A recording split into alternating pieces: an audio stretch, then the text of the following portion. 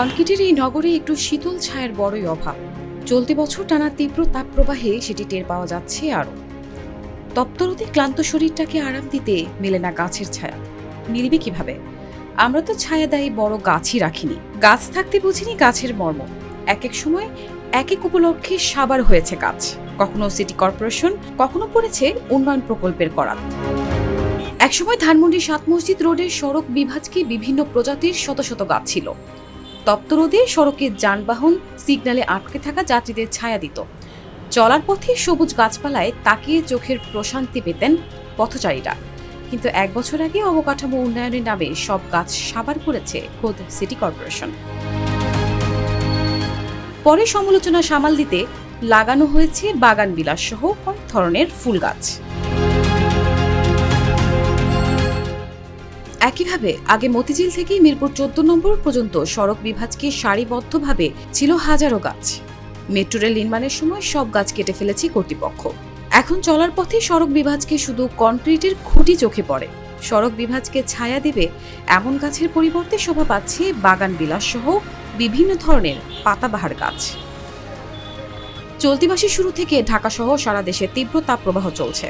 খুব বেশি প্রয়োজন ছাড়া কেউ বাসা থেকে বের হচ্ছেন না, আবার যারাই সড়কে বের হচ্ছেন তপ্ত রোদ থেকে বাঁচার জন্য গাছের ছায়া খুঁজছেন। নাগরিকদের অভিযোগ, অবকাঠামোর উন্নয়নের নামে নগরে গাছপালা কেটে মরুভূমির পরিবেশ তৈরি করেছে খোদ সরকারের বিভিন্ন সংস্থা। পরিবেশবিদ ও নগর পরিকল্পনাবিদরা বলছেন, নগরে অবকাঠামো উন্নয়নের নামে গণহারে গাছপালা কাটায় ঢাকা তার বসবাসযোগ্যতা হারিয়েছে। এখন তীব্র তাপপ্রবাহে গাছ কাটার খেসারত দিচ্ছেন নাগরিকরা। এ বিষয়ে চরম উদাসীন ঢাকা উত্তর সিটি কর্পোরেশন ও ঢাকা দক্ষিণ সিটি কর্পোরেশন। এভাবে চললে ভবিষ্যতে নগরে তাপপ্রবাহ ক্রমেই বাড়বে।